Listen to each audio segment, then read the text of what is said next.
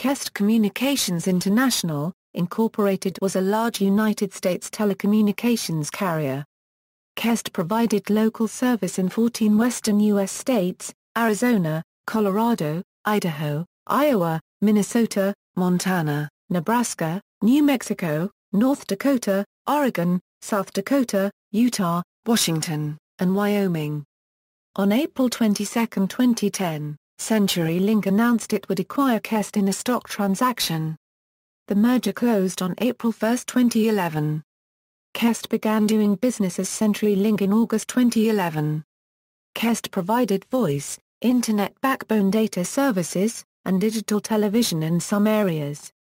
It operated in three segments: wireline services, wireless services, and other services.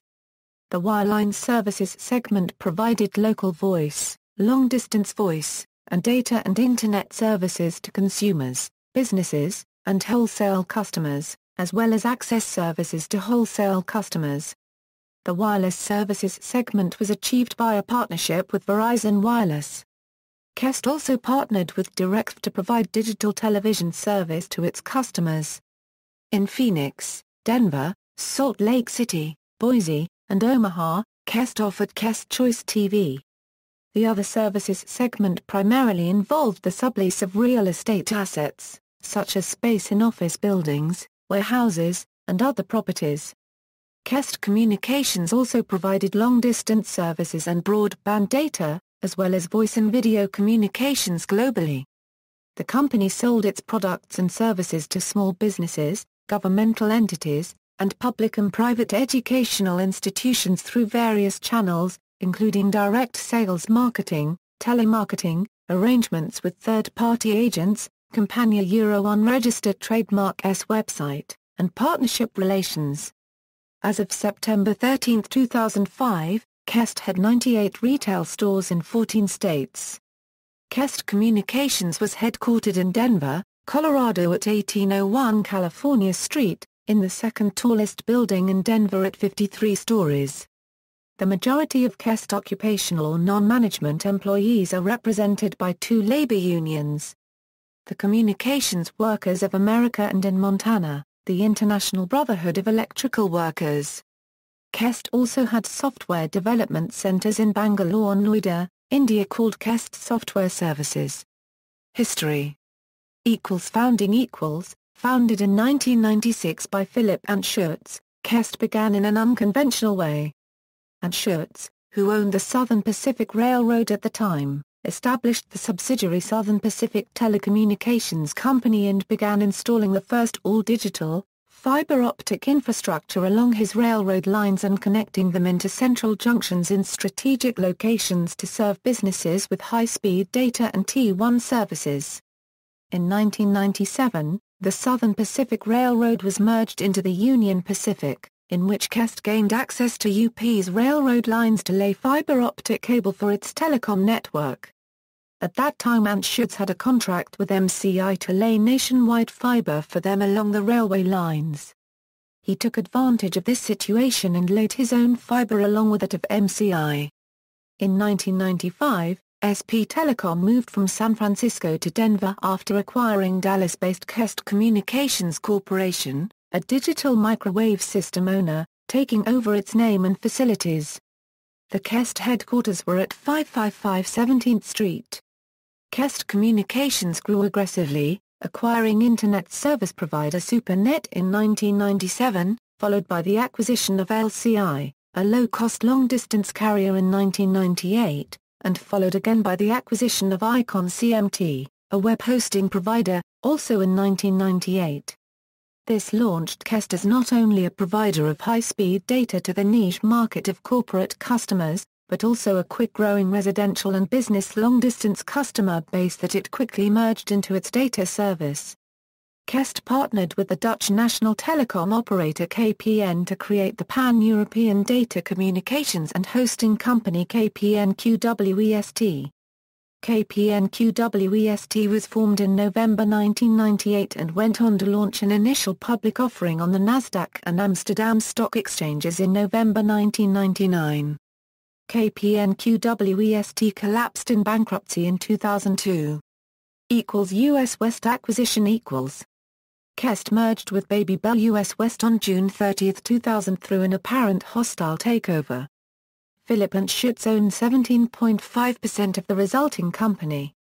Unlike prior merger transactions between the Baby Bells, in which the acquired entities survived as subsidiaries of SBC Communications and Bell Atlantic, US West ceased to exist when it was immediately absorbed into Qwest, with all subsidiaries of US West becoming directly owned by Qwest. As a condition of the merger, Qwest was required to sell off its long-distance operations in the 14-state boundary in which it provided local telephone services. They were eventually sold to Touch America. In 2003, Qwest acquired Touch America from 360 Networks after Touch America filed for bankruptcy. The acquisition ended ongoing disputes between the two companies, in which Touch America alleged Qwest continued to illegally sell long-distance services within the former US West region. Directory operations sale equals. In 2002, Qwest agreed to sell its directory operations, QwestX, to private equity firms the Carlyle Group and Welsh, Carson, Anderson and Stowe for $7 billion.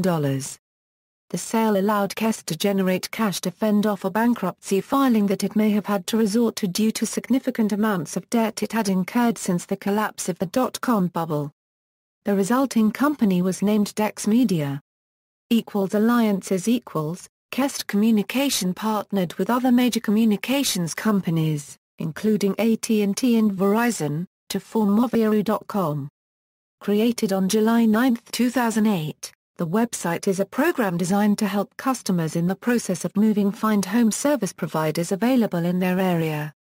Problems customer complaints and consumer issues equals. One of the historically significant mass complaints regarding Qwest involved allegations that the then long-distance-only company switched local telephone service customers over to Qwest's long-distance service without their permission, an illegal practice known as slamming. In July 2000, Qwest paid a $1.5 million fine to the Federal Communications Commission to resolve slamming complaints. In April 2001, they paid a $350,000 fine to the Pennsylvania Bureau of Consumer Protection after the state cited them for deceptive advertising and slamming practices. The company's settlements included a requirement that all of his sales employees sign a pledge stating that slamming was barred and a condition for dismissal from Qwest employment. Accounting and insider trading irregularities equals. The company was also involved in accounting scandals, and was fined $250 million by the U.S. Securities and Exchange Commission, to be split into two $125 million payments due to the poor state of Qwest's current financial health. Among the transactions in question were a series of deals from 1999 to 2001 with Enron's broadband division, which may have helped Enron conceal losses. In 2005, former Chairman and Chief Executive Officer Joseph Nacchio, former President and Chief Operating Officer Afshin Mehebi and 7 other former Qwest employees were accused of fraud in a civil lawsuit filed by the SEC. Separately, Nacchio was convicted of 19 counts of insider trading in Qwest stock on April 19, 2007. On March 31, 2011, U.S. Federal Judge Marcia Krieger issued a summary judgment rejecting all SEC's claims against Afshin Mehebi and ruling in his favor.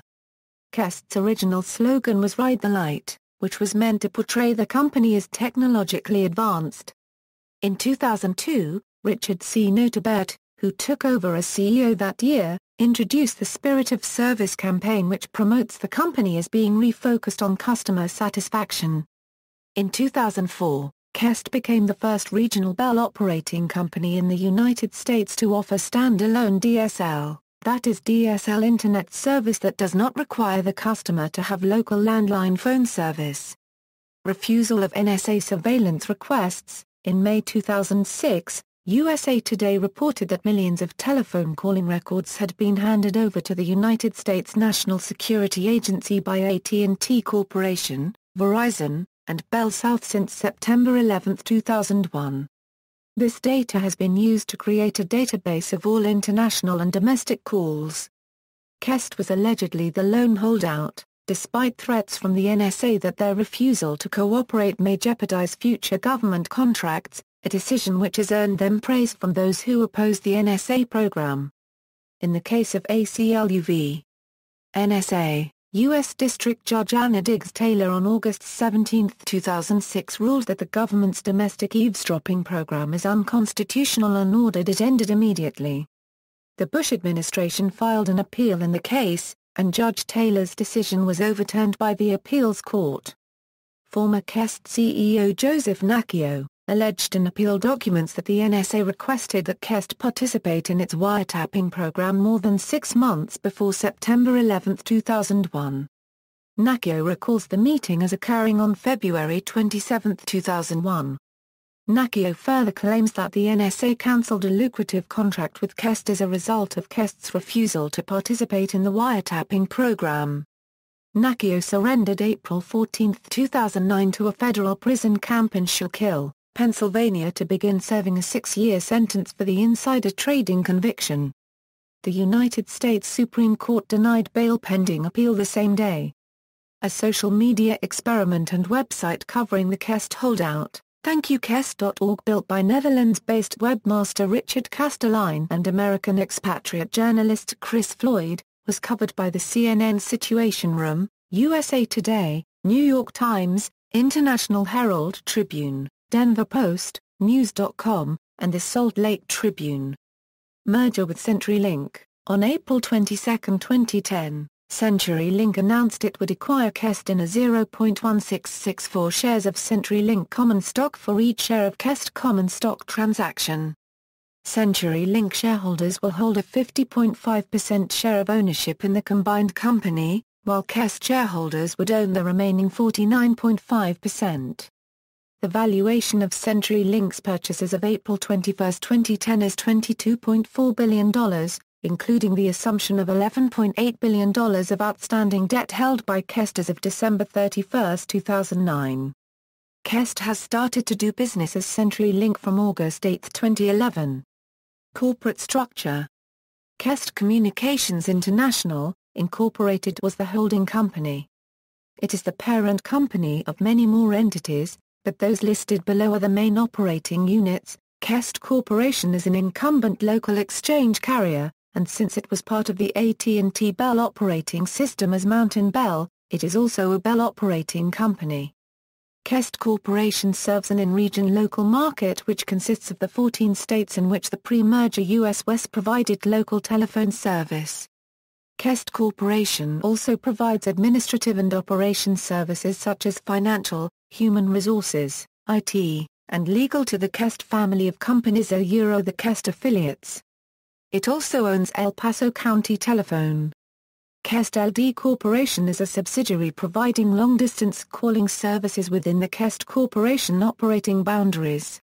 Qwest Communications Company, LLC is an affiliate of Qwest that can provide local services but currently provides long-distance telephone and long-haul data services.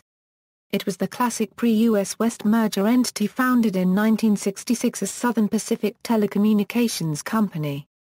Qwest Communications Corporation changed its name and corporate status on January 2, 2009, to a limited liability company. Qwest Communications made an agreement with CSX in which it could use its rail lines as a right-of-way for a fiber optics system. Qwest Communications International, the holding company, took the slogan "Ride the Light" as a result of this. Defunct entities Malheur Home Telephone Company, commonly known as Malheur Bell, it was merged into its corporate parent Qwest Corporation on December 14, 2009. Qwest Enterprise America, merged into Qwest Service Corporation in 2007, then moved to Qwest Communications Company, LLC. Qwest Services Corporation, while still a legal entity, it previously supplied the administrative and operations services Qwest Corporation currently provides. Qwest Cyber Solutions, operated as an application service provider in the late 1990s and early 2000s, hosting, managing and integrating complex software offerings such as SAP, Oracle and J.D. Edwards. U.S. West, Incorporated, the regional Bell operating company it acquired in 2000. It was legally merged into Qwest on June 30, 2000. See also: Qwest Field, Qwest Wireless. Notes. References. Qwest admits improper accounts, July 29, 2002, Qwest Connections and Microsoft sign a contract for Qwest to offer Windows Live services with their DSL service. Qwest offer Windows Live services, phone utilities won't give details about eavesdropping. Congressman asks Justice Department about Qwest wiretap charges. External links. Qwest website, CenturyLink and Qwest agree to merge. CenturyLink Qwest merger website, Bell Operating Companies, name change from SP Telecom to Qwest announcement, Yahoo. Qwest Communications International Incorporated. Company profile, Qwest NSA website, one major telecommunications company declined to participate in the NSA program, Qwest. Vintage Qwest commercial 2002.